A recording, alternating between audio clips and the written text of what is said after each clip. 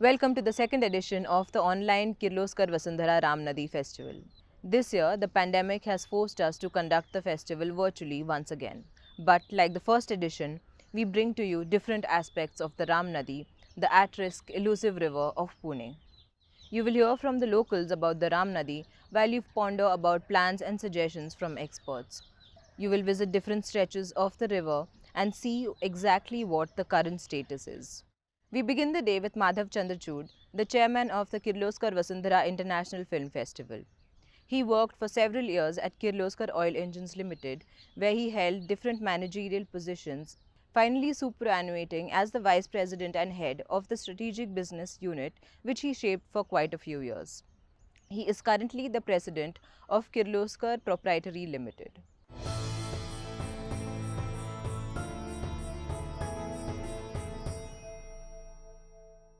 Kirloskar is known for its commitment to environment almost more than a century ago.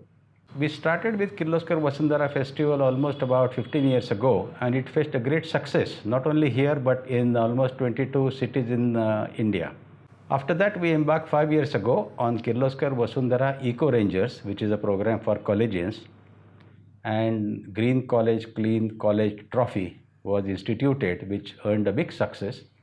And we thought this is the best time to bring the youth power for the restoration of river as an action program. So this program basically goes to all the youth power whose participation is utmost valuable in the restoration of this river. I wish great success for this online festival. Thank you.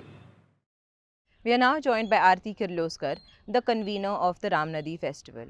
Aarti works as the director of the S.L. Kirloskar CSR Foundation, which works on education and hygiene education. She is an artist and regularly shows her work in exhibitions. Aarti has studied ecology and sustainable farming and is passionate about green living and the environment. Let's hear from her about everyone who is involved in restoring the Ram Nadi river and how the mission has evolved.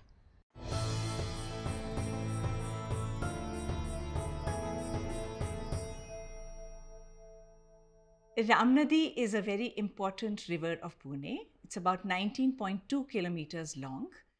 It has been in a very neglected and pathetic stage.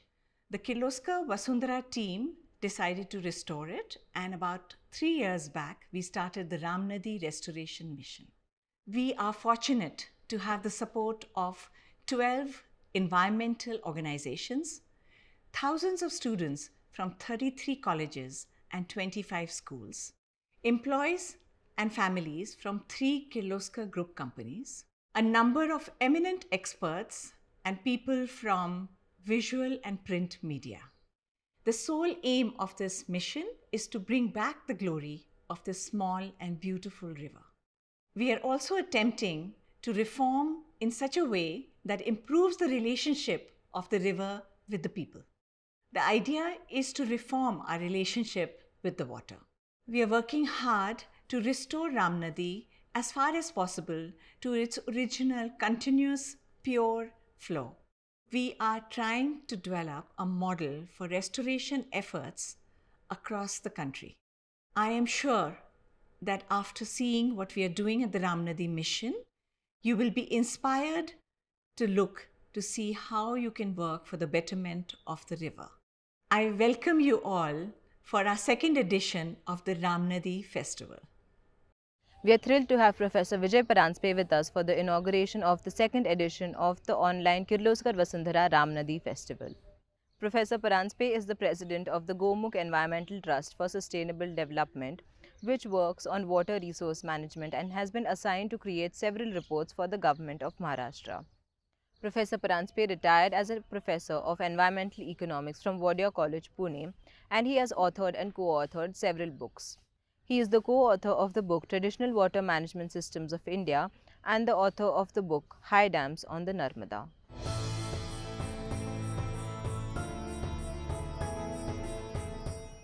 I remember right up to 1985 that I could drink directly from Ram Nadi. This was in the Baudhan areas. We had a little house there and some farm. And these farms just grew simple, groundnut, etc., but not rice. And we used to cross the river, wade through it. It was not such a big stream, but enough for us to cross. Even during the rains, we would tie a rope and go along it and cross the stream. Till the 1960s, most of the rivers were clean. It was only after the 1965, let's say 1970, that the river started getting polluted, more because that was the beginning of the industrial era in Pune. Hardly any sewage actually entered the river, and chemical fertilizers were not being used in agriculture. In the 60s and early 70s, there was hardly any plastic used. Consequently, nothing that would last for a long time was actually thrown into the river.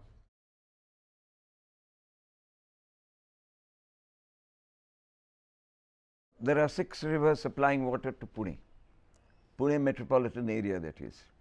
So, the ones which are known are Mula, Muta, Pauna.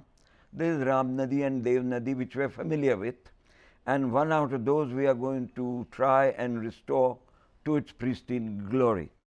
Well, of these, Bhama is probably the cleaner one. The other rivers are all equally polluted or equally degraded, encroached upon, sands have been taken, villages have grown on top of them, and of course, the perennial problem of pollution. But Pune is like a little saucer. So, the water first rushes down towards the river. If a city exists, then it has to go meandering through buildings and societies and so on, and on the way it collects all the muck, and that is where people try to dump. And non-point pollution is something which has to be stopped before we reach the river, not after we reach the river. So, we are trying to solve the problem by first allowing it to become big and then trying to solve it, instead of solving it when it is relatively manageable. You start the river restoration not at the river, but at the sub-streams which bring in all the muck. So, if you stop it earlier, then less of the effluents or sewage would get into the river. You can start it from both sides and then meet somewhere in the middle. That is another option. But I would have thought that cleaning up the streams which join the river, even if it is a small river like Ram Nadi, would be a good idea. Earlier, we used to simply speak of pollution treatment. That means clean up the river where the water is collected. Restoration is something different. Restoration is giving back land which belonged to the river for its own use. Every river has a natural channel, or what we call a bed, scoured out or dug out over millions of years. We have channelized and broken off the meander. Consequently, the river flows even more rapidly, but straight down. Now, this is the most important idea in river restoration, giving back its own space so that it does not have to flood and it does not have to become too small when it is when the water is in the lean period. The second part of restoration is restoring what could be called the biological diversity of the river. Everybody immediately starts off river beautification. The river needs to go to the ICU, not to a beauty parlor. We need to put the Ram Nadi into intensive care, and we need to not think about it as superficial beautification.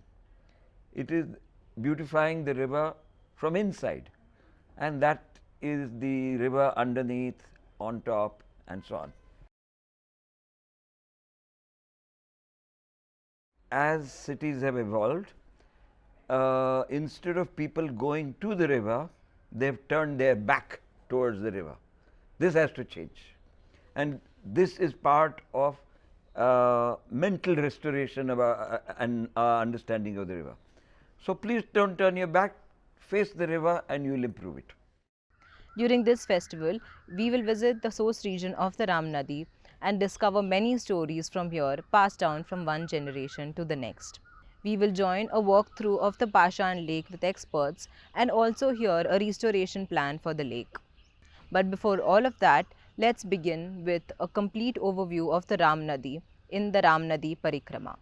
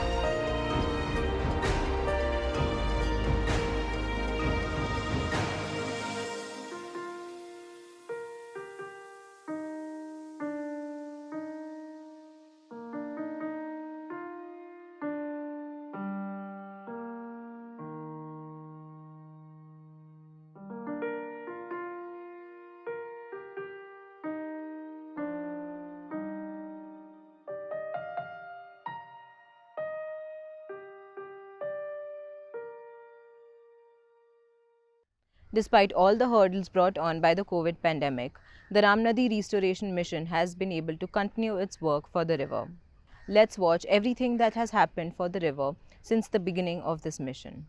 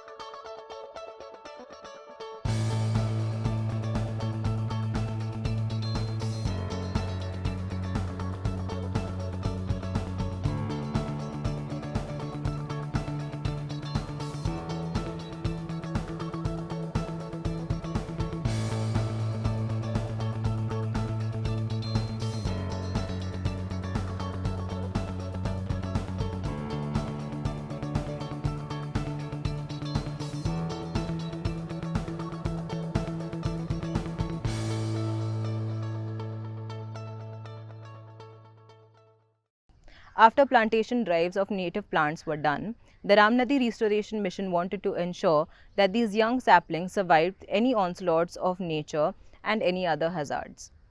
For this, they carried out mulching, fencing, and took other steps as well. Let's watch the film on what was done.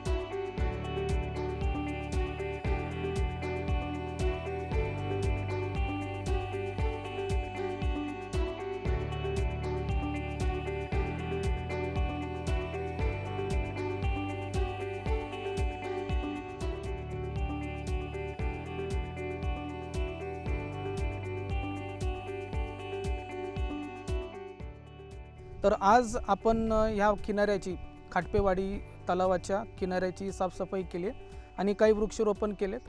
पूर्वी जे वृक्ष लावले होते त्यांनाही आता पाणी देण्याचं काम चालू आहे.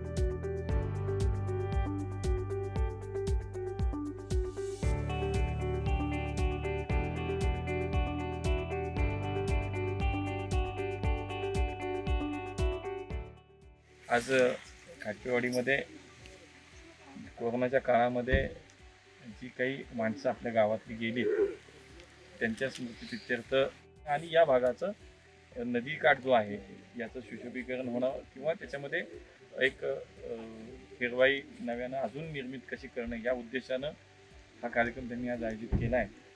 रामेश्वराला तशी तिचा उगम होणं आणि सोमेश्वराला जाऊन मिळणं म्हणजे ही एक त्या नदीला मला वाटतं की पौराणिक त्याला एक पार्श्वभूमी असा गेला आणि हे जतन करणं आपलं सगळ्यांचं काम आहे. निश्चितपणे त्याच्यात आपण पुढाकार घेतलाय सगळ्या उपलब्ध मला मनापासून शुभेच्छा व्यक्त करतो आणि पुढच्या काळामध्ये एकत्रित काम करू हे निश्चितपणे आपल्याला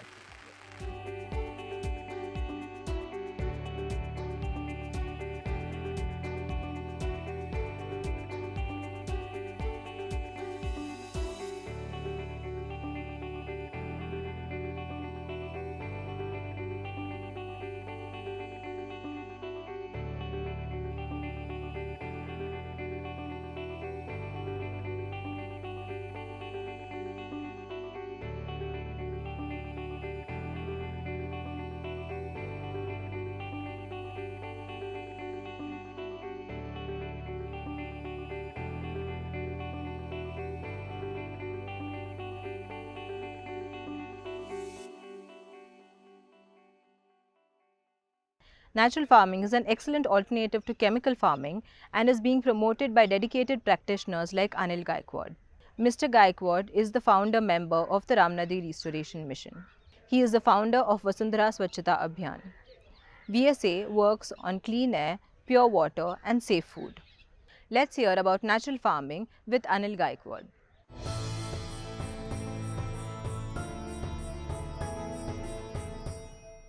The Ram Nadi Restoration Mission is based on the idea that all types of pollutions created in the Ram Nadi basin is either to be stopped entirely or restricted at the basic permission level.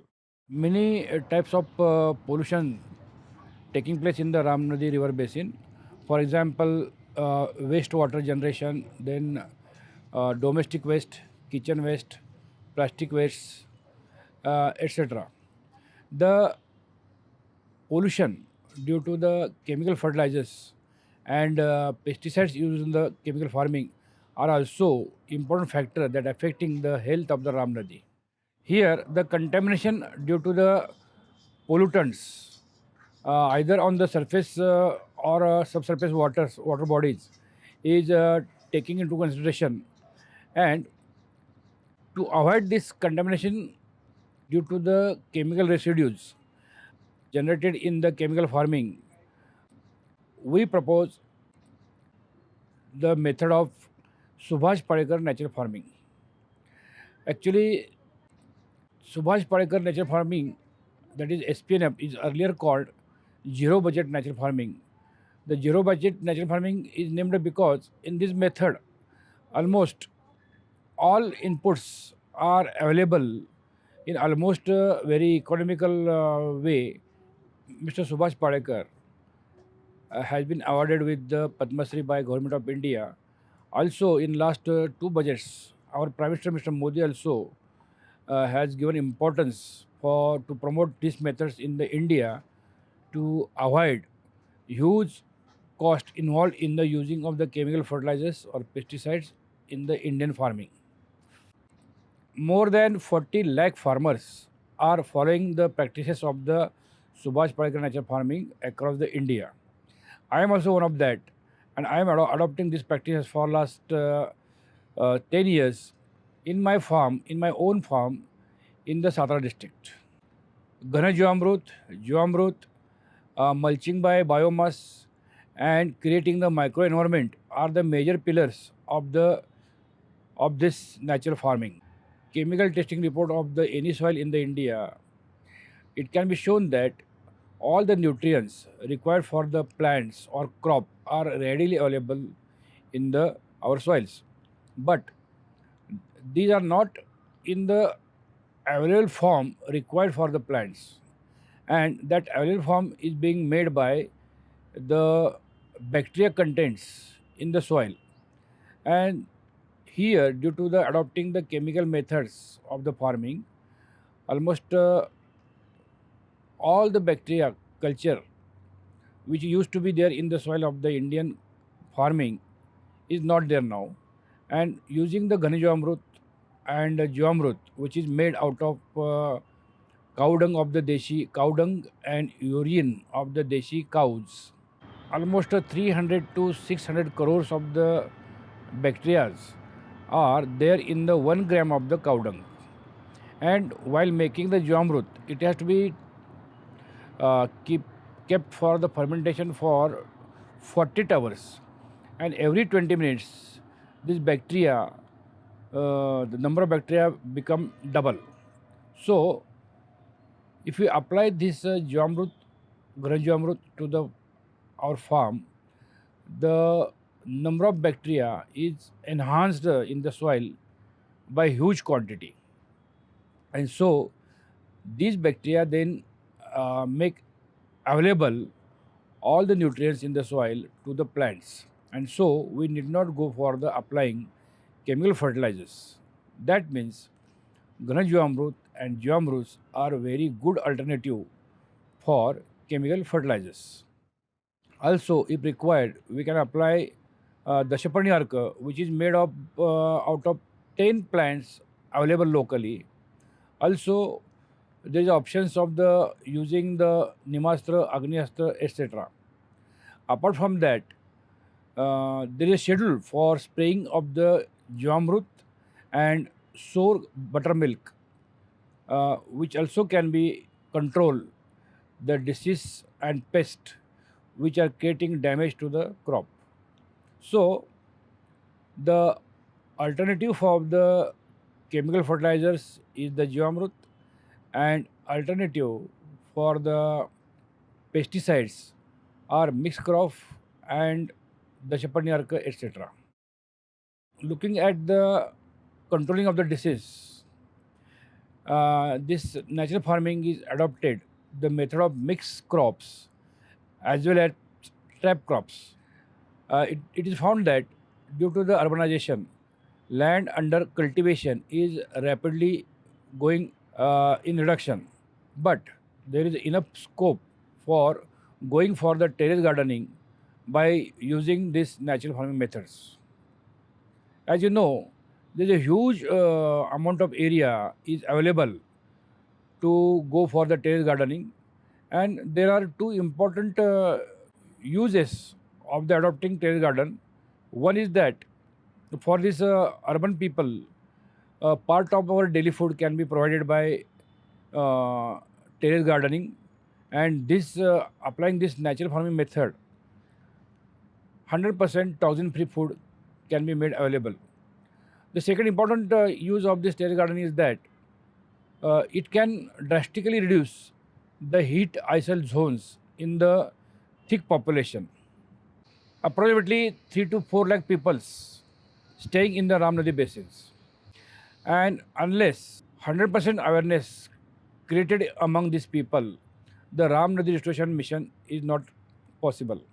So, our program is based on the fact that total awareness among the 3 to 4 lakh citizens staying in the Ram Nadi river is to be carried out. And one of the major aspect of this program is creating the awareness among the people for natural farming or natural farming applied to the terrace gardening. The teaching of the science of the natural farming, then demonstration of the few models, organizing the workshops for the natural farming, and farm visit of the natural farm, which we call Shivar Ferries, are the part of the awareness program for the natural farming. Program for creating the awareness among the students is already started in the 25 schools of the Ram Nadi river basin, which includes few international schools as well as 12 schools of the Pune Municipal Corporation. Now, there are many sources of the pollutions in our house or in our daily lifestyle itself. That means if all the citizens have started restricting the pollutions in their lifestyles, then it is very easy to restore the Ram Nadi. When we talked with the people staying in the Ram Nadi River basin, they told that just 30 to 40 years back, Ram Nadi was flowing with very clean water. That means within this 30 to 40 years, urbanization is taking place in the river basin, and due to urbanization and due to the modern lifestyle of the people, many pollutants are entering either with surface or subsurface water bodies to the Ram Nadi, and if all the citizens have stopped this throwing the pollutants in the river basin, then automatically automatically the restoration of the Ram Nadi will take place, and that is the idea behind the Ram Nadi restoration mission. So prevention is better than cure. In the Ram Nadi restoration mission, ideally, if all the citizens staying into the Ram Nadi river basin adopt the lifestyle or adopt the sustainable lifestyle, that means if they stop all the pollution, all the pollutants going to the rivers, if they stop that, then automatically river will be clean. And though it is a difficult task, we at the Ram Nadi Restoration Mission are doing this for last almost 3 years. Photography is an excellent tool to introduce people to new aspects and new locations. The Ram Nadi Restoration Mission conducted a photo walk in which the participants were taken along the banks of the Ram Nadi and shown her ecosystem and current condition. Let's watch this next film about the photo walk.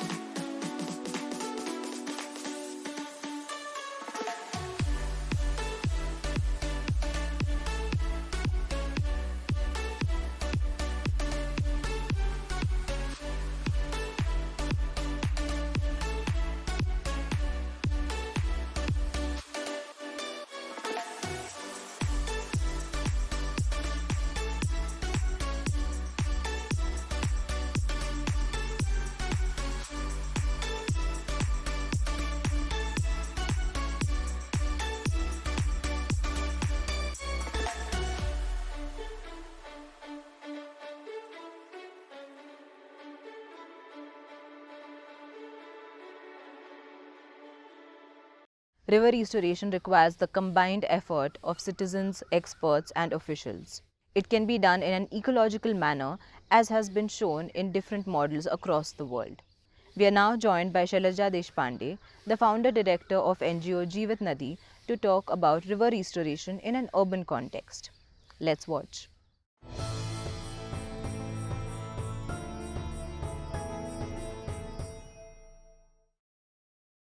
Very warm welcome to you all to Ram Nadi Online Festival.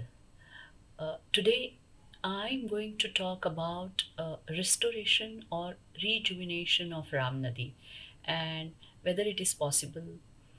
When you look at Ram Nadi's current state, it's obvious question for all of us that there is so much of debris, there is a solid waste, there's a liquid waste, there are so many other things which are there, and how can we restore a Ram Nadi? Let's try to look at what other countries have been doing.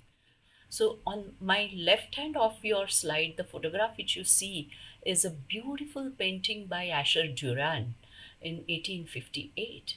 And on the right side, what you see is a Catskill River today. And this has been made possible by people's participation and then government supporting with it, then creating an organization which works to monitor and manage this.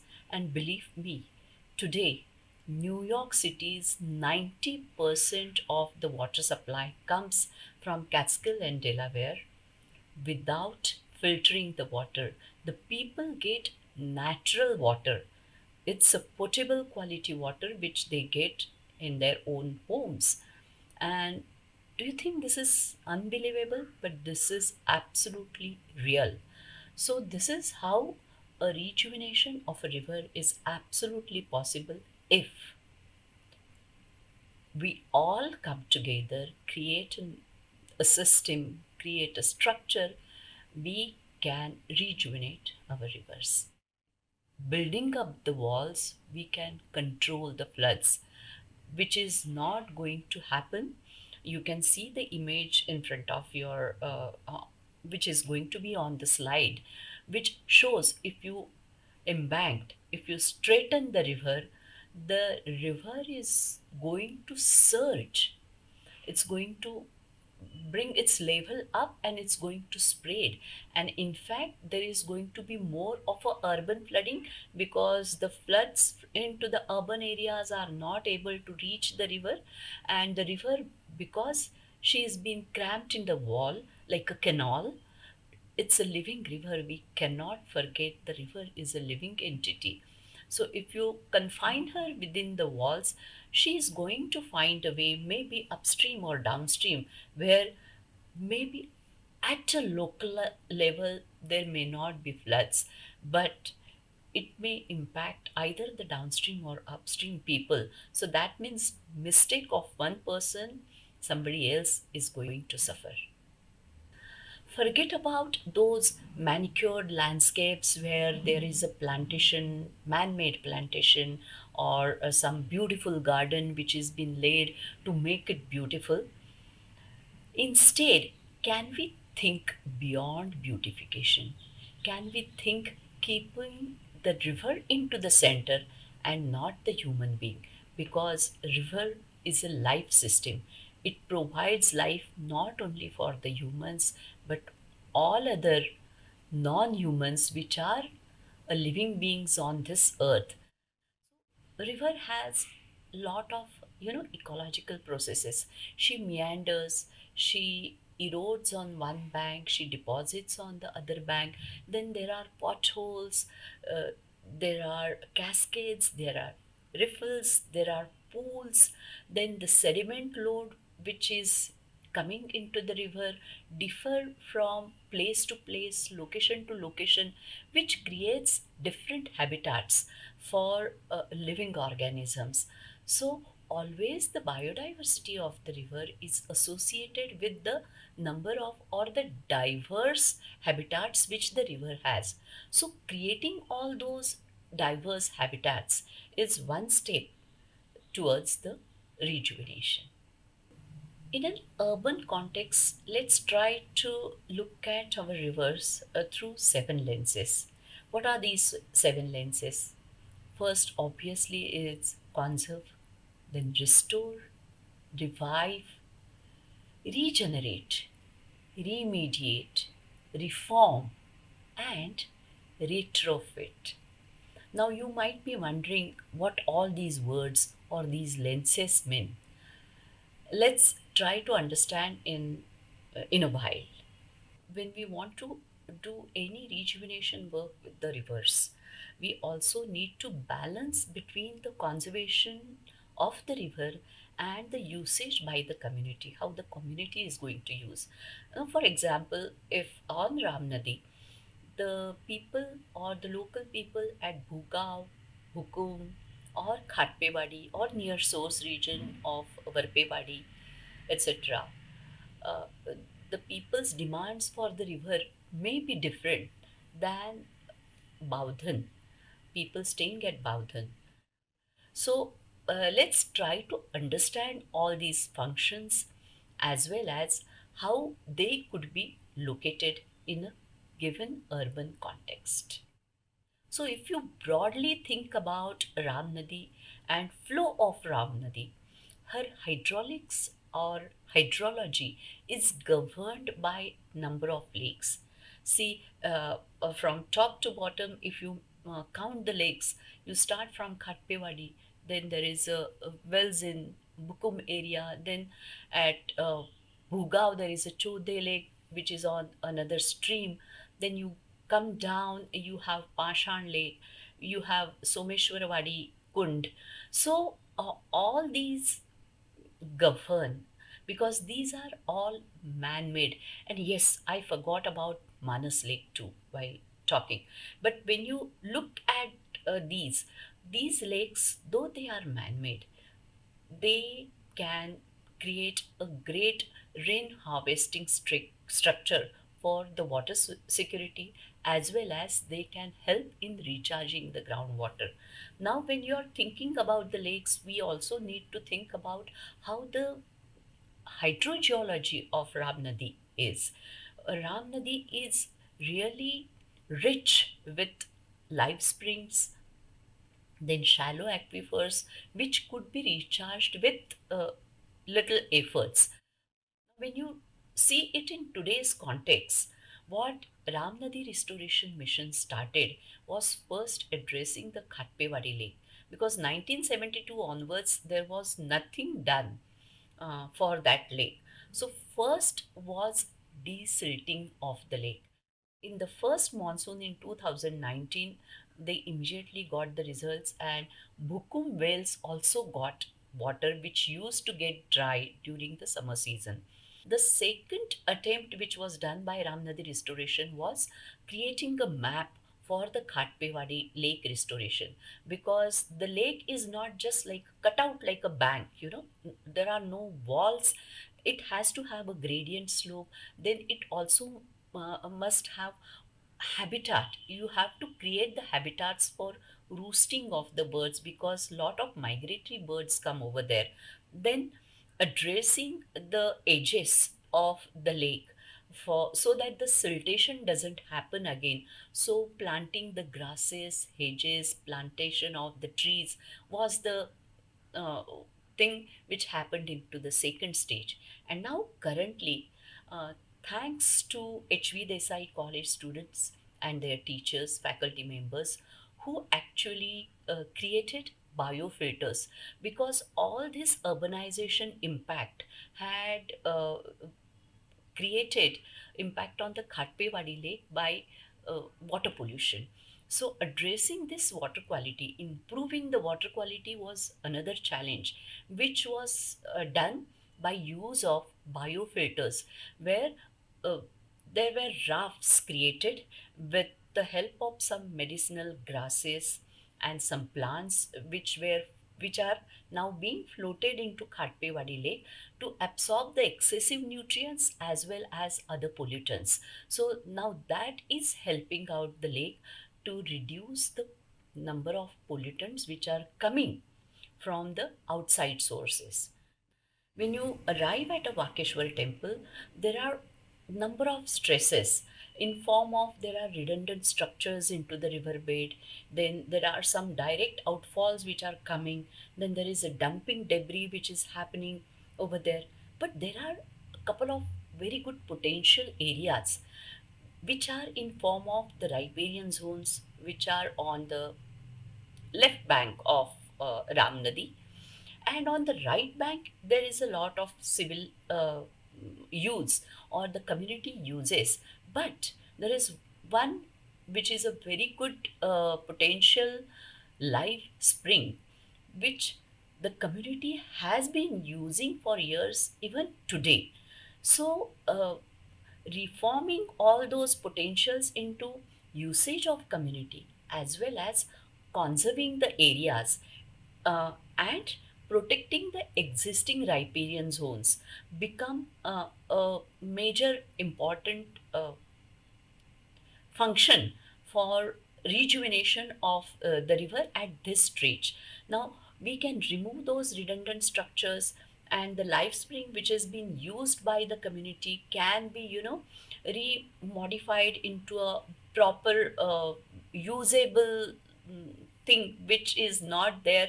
The accessibility to the community can be given, and then we can create some phytoremediations or creating wetlands or phytoremediation wherein the water which is coming from the uh, use by the citizens can be treated into these wetlands and reed beds, and the improved water quality water can be released into the river.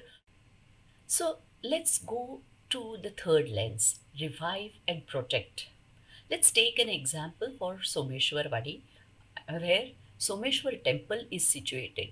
Now, Someshwar temple is a heritage structure, but if you look behind the temple, then there is a nice well which is still in use.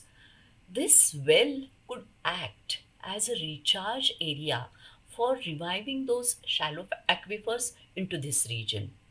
Then, if you go a little further, there is a kund on the left hand side, but the kund needs to be cleaned. Then, the area behind the kund needs to be removed. The silt needs to be taken out. There is a lot of debris which has been deposited for years together, so that needs to be taken out. Then, the kund already has some function where we can have bioreactors where the live spring can go through those bioreactors and reach the kund.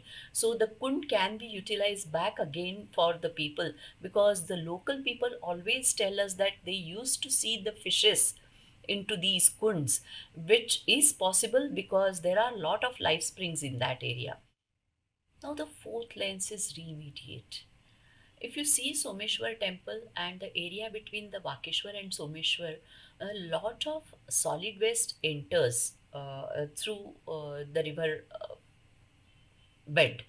So, creating some solid waste blockers upstream and managing and maintaining them repeatedly. Also, downstream, along the roadside, if a few measures can be taken to stop the solid waste entering into the rivers, that would be a way to go forward while remediating the location at Someshwarabadi. The fifth lens is retrofit and redefine. Again, if we take the examples of Someshwaravadi and Vakeshwar temple, removing all those redundant structures and redefining those pathways, because as I told you that the opposite bank also has a good potential of conservation where a riparian zone species could be planted well, and we can have a small dirt track uh, linking those places together at the same time, conserving, retrofitting, and redefining the areas would be a way to take these locations and also link them together, because both are religious places, both are Bhagwan Shankar or God, Lord Shiva. So they can be accessed by the deities in a better way. The next lens is restore and protect. That simply means there are so many potential areas. If you map Ram Nadi all along, there are so many green zones which can be, giving a little support, a little protection. The nature will take its own time to restore it back. We really don't have to do much about it. Just do not allow any plastic to enter in those areas. The dumping and debris could be stopped entering those areas, and these potential areas could be restored back to the original glory which used to be once upon a time for Ram Nadi. Ram Nadi and Mura River confluence is a pride for the Ram Nadi community, because this is one of the pristine location, and even today it boasts a beautiful riparian forest. It has natural wetlands. It has beautiful canopy of the forest, so thick that one cannot imagine that in the heart of the forest such an area exists. So all we need to do is conserve and protect. But what are the stresses over there? The first culprit over there is the two STPs which are there. Now both are releasing water which is polluted. These STPs, when they release water after treatment, there is a sudden flow of water which enters into the confluence. Now, this also disturbs the habitats of the aquatic birds, because the sudden flow of water rises the water level, and there are edge habitats like water hens, and there are roosting and nesting places of lapwings. They get disturbed. So if the water is coming with a reduced velocity and a filter water is coming, these habitats also are not getting disturbed. So tertiary treatment to both the STPs will be a way forward towards the restoration of that location, at that location. Then the second culprit is the illicit activities which are happening there in form of debris dumping, then sand mining, then tree felling, and lots others. All these could be curbed if we have CC monitoring systems from both the STPs, because both the STPs on the river bank, they can have a CCTV monitoring systems over there, plus a PMC and PCMC authorities can have 24 by 7 monitoring guards or squads with the help of police or any other department, which can work so that the area gets protected well. And then for restoration, one really doesn't have to do anything. We just create there are already kacha pathways into the confluence area. So all you need to do is, clean up the areas, make them plastic free, make them solid waste free, and create some bird hides or bird watching towers, because at the confluence there are lot of migratory birds which visit this location. Also there are lot of terrestrial birds which have their nests as well as roosting places because of the thick tree canopy of the riparian zone which still exists there. Ram Nadi river rejuvenation is absolutely possible with help from all of us, may it be common people or experts or the authorities. If we all come together, that is absolutely doable. But first and foremost, there is a dire need to map the Ram Nadi watershed, find out her network of the stream, the first order stream, second order stream, what is the current state of all those streams, and start restoring stream by stream, and then the river channel.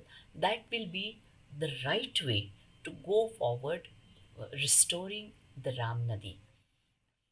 And I thank you all for giving me a patient hearing, and I have tried to explain it in very easy way, location wise, how this is possible. And if we all come together, rejuvenating Ram Nadi is not a dream, but it will be a reality. Thank you very much.